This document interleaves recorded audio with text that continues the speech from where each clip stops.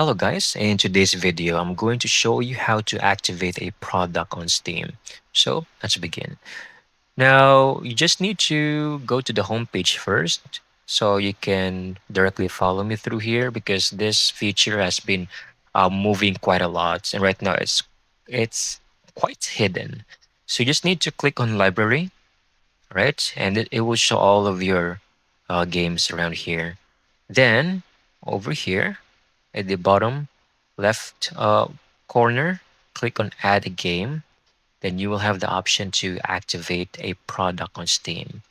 Click on that, and it will show a message like this. By entering your code, so you will be registering your product with Steam and adding it to your library. You can enter a product code distributed with a retail CD, DVD, or other Steam product.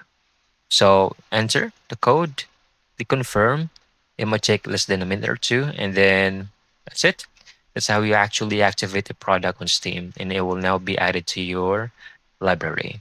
So I hope you found this video very helpful.